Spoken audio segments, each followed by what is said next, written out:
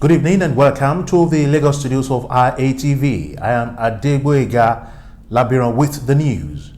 The Speaker of the Lagos House of Assembly, Mudashiru Obasa, has expressed sadness over the boat's mishap that happened in Lagos on Sunday. The Speaker, while expressing shock concerning the incident, condoled with the families of the victims of the mishap. He promised that Lagos State would continue to fashion out the best ways to ensure safety of lives of residents of the state. Obasa commended the Lagos State Emergency Management Agency, LASEMA, who embarked on rescue efforts at the scene. LASEMA boss Femi Osanyintolu had reportedly said the boat, which was on its way from Badore in Aja to Egbe Ikorodu, flipped over at the Ipakan boat jetty due to heavy currents. Reports show that so far, 3 of the victims had been rescued and taken to the hospital. Earlier, the general manager of LASEMA, Osanyintolu, gave an update on rescue mission of the mishap. We activated our disaster emergency response plans. All the key stakeholders that are important in managing disaster in Lagos State were on the ground. We have the LASEMA, who is the coordinating agency. We have the Water Inland Agency, the representative in here. We have the Marine Rescue Unit and the Fire Services with the neighborhood. We commenced the search, rescue, and recovery as quickly as possible. And with that, we are able to save 3 alive from the boat mishap that the boat were carrying about 21 people were on board, and we were able to recover 3 bodies. Osanyintolu called for calm as emergency response stakeholders and other security agencies in the state are doing everything humanly possible to put an end to such occurrences. The Lagos State Police Command said it had arrested a 19-year-old member of the Aye confraternity in Bariga area of the state. The command spokesman, DSP Bala Elkanah, said that operatives of the Bariga Police Division arrested the suspected court members on June 26th at Odueron Street, Bariga. Elkanah, in a statement issued in Lagos, said that the suspect had been on the wanted list of the police for the murder of one Ojo Taiwo in February 2019 at Bariga. He alleged that the suspect had escaped after leading 8 other members of his cult to carry out the murder, adding that 5 members of his gang had been arrested and charged to court for murder. Justice Cecilia Olatoregun of the Federal High Court in Lagos has ordered the final forfeiture of billions of naira and millions of dollars traced to former First Lady Patience Jonathan and her cronies. The judge, according to the statement obtained from the Economic and Financial Commission's EFCC, also directed that the humongous funds should be forfeited to the federal government on the grounds that they were proceeds of crimes, while Jonathan and their firms could not legitimately account for the ownership of the funds.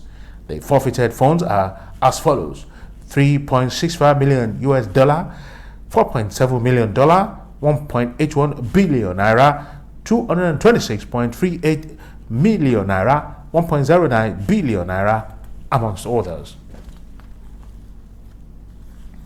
Lagos residents and business community in Ikpodo and Olowu areas of Ikeja were stunned over the weekend as hundreds of military men stormed the areas early in the morning to clean up the environment, including the drainages. The soldiers who came from the 9th Brigade Nigerian Army Cantonment Ikeja were led by the commander of the brigade, Brigadier General Nasiru Jega, who represented the General Officer commanding 81 Division of the Nigerian Army, Major General Sani Yusuf. Addressing journalists during the exercise, Jega said the sanitation exercise was part of the activities to mark the 2019 Nigerian Army Day celebration. Past several years, whenever the Nigerian Army Day celebration is conducted, it's part of the task given to us by the Chief of Army Staff that we should go around and carry out this exercise so as to promote civil-military relations with the civilians and the communities around us. Jega implored Lagos residents to continue with the sanitation exercise so as to keep their surrounding clean, arguing that clean environment will foster good health. Whenever we have that activity, the Nigerian Army Day celebration, this will always be part of the exercise. They should be coming out, try and keep their surroundings clean. Having a clean environment will foster good health for everybody. Some residents of the area say they are grateful to the military for the kind gesture. They also promised to take a cue from the effort of the soldiers. Please continue like this, and if the citizens of Lagos State will put their heads together and bring themselves together to be doing this every Saturday of the month, I think Lagos State will be a changed place. To show us good example that we, the businessmen, have to clean our environment and make Lagos do okay.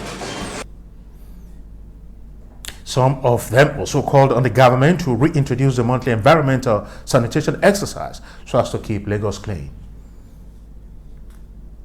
And now to Ekiti State, where Governor Kayode Fayemi has vowed to tackle incessant killings in the state. The governor spoke during a condolence visit to Orin Ekiti, where a 65-year-old rice farmer, Emmanuel Ilori, was killed by gunmen last Friday. He also said local hunters will henceforth be engaged to work with security agents and provide security in the communities. Fayemi further assured the people of the state that nobody coming from outside the state will be allowed to take over land from the people. Responding on behalf of the community, the election of Orin Ekiti, Francis Falua, expressed gratitude to the governor for the condolence visit. He urged the governor to ensure that the perpetrators of the killing were arrested and prosecuted. Former Minister of Aviation Femi Fani-Kayode has raised an alarm over plot by the Fulani race to take over lands in the country through the establishment of Ruga settlements by the federal government. Commenting on the controversy trailing the proposed establishment of Ruga settlements in some states of the Federation, Femi Fani-Kayode described as a plot to take over people's land by the government. He explained that the Fulani herdsmen were not even Nigerians and they want to take over lands from another man's country. He called on Nigerians to resist the move and send the herdsmen back to Guinea, Mali, Niger Republic, Chad, and Futa Jalon, where they originally came from. And now to Ondo State. Ondo State Governor Rotimi Akeredolu has urged public servants to embrace practices in order to discourage indolence for effective service delivery in public service. Akeredolu gave the advice in Akure, Ondo State capital, during the swearing-in ceremony of the new head of service of the state, Dare Aragbaye. The governor made known his expectations for a remarkable shift in the organization of departments and parastatals for optimum service delivery to the people. Remarkable shift in the organization of departments and parastatals for optimal service delivery to the people. It should not be challenging for government to know those in its employ. Akeredolu advised the new head of service to rededicate himself to serve the people of the state and bring the needed change to the state public service. He also used the opportunity to call on the state workforce to justify government's commitment to their welfare. The new head of service, Dare Aragbaye, in his acceptance speech, promised to justify the confidence reposed in him. The new head of service, who joined the state public service in 1985, is the 13th in the history of Ondo State public service. The Olowu of Kuta, Osun State, Oba Adekunle Oyelude, has advised Nigerians to avoid making uncomplimentary remarks at the Chief of Army Staff, Lieutenant General Tukur Buratai, and also avoid quoting him out of context. Oyelude gave the advice in a statement he signed on Monday and made available to newsmen. He described Buratai as a gallant general and a patriotic officer. stated that the Chief of Army Staff did not deserve public opprobrium thrown at him. Oyelude said that the uncomplimentary remarks against Buratai were capable of demoralizing the force on the field.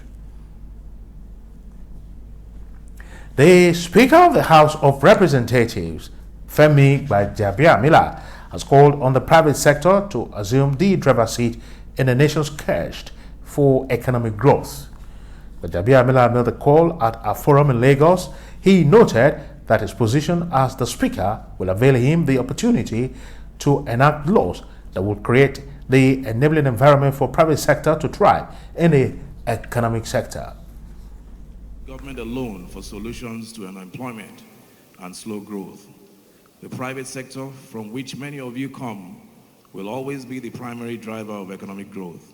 Government, particularly in the legislature, is to use the instruments of legislation and policy to create a more enabling environment, to use the appropriations process to make investments in critical infrastructure and ensure that in the capital expenditure, priority is given to projects that have the potential to open new markets and transform communities by making them more attractive to foreign and local investors. But Gbajabiamila assured Nigerians that the federal legislatures will join hands with the executive in delivering the interests of the masses against the impression that government functionaries in the country only vie for their interests. To renew public faith in government by making a limited set of important promises and achieving them, by governing in the interest of the vast majority of our people who live their lives well, contributing to their communities, and feel understandably cynical about a political system that too often feels as if it is intended to serve only the interests of the few at the expense of the many. He also assured Nigerians that the House of Representatives are working towards legislations that could enhance job creation and economic security. And now the business news. Chairman of the Joint Tax Board, JTB, Tunde Fowler, has revealed that the internally generated revenue of the 36 states and FCT rose from 800 billion naira in 2016 to 1.16 trillion naira in 2018. Fowler made this known at the go-live ceremony for the new National Tax Identification Number (TIN) registration system in Abuja. He said the IGR in all the states of the Federation grew by more than 46.1% within the period under review, and the tax base expanded and rose from 10 million taxpayers to 20 million taxpayers, with the potential to increase up to 45 million before the end of the third quarter of 2019. According to him, revenue collected from the Federal Inland Revenue Service (FIRS) collections increased from 3.30 trillion naira in 2016 to 5.32 trillion naira in 2018, and added that the increase was the highest in the history of the service, adding that the non-oil revenue of about 2.85 trillion naira was realized in 2018. And now the stock market report. Stockbrokers traded in a total of 107 million ordinary shares valued at 1.13 billion naira. At the close of trading today on the floor of the Nigerian Stock Exchange, Transcorp PLC recorded the highest volume of trade with a total of 21.85 million ordinary shares valued at 22.46 million naira. First Bank of Nigeria Holdings PLC came second on the activity chart with 12.36 million ordinary shares valued at 81.36 million naira.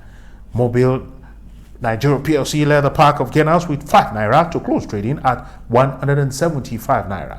MTN Nigeria PLC came second on the gainers chart with a 45 kobo gain to close at 129 naira 50 kobo. On the other hand, Nigerian Breweries PLC topped the losers chart with a drop of 3 naira in its share value to close trading at 60 naira. Dangote Cement PLC also dropped 3 naira in its share value to close trading at 181 naira. All share index closed at 29,614.61 points, all in 3,067 transactions.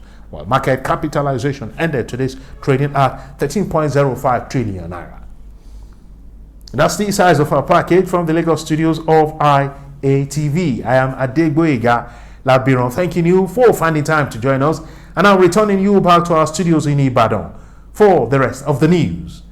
Good evening.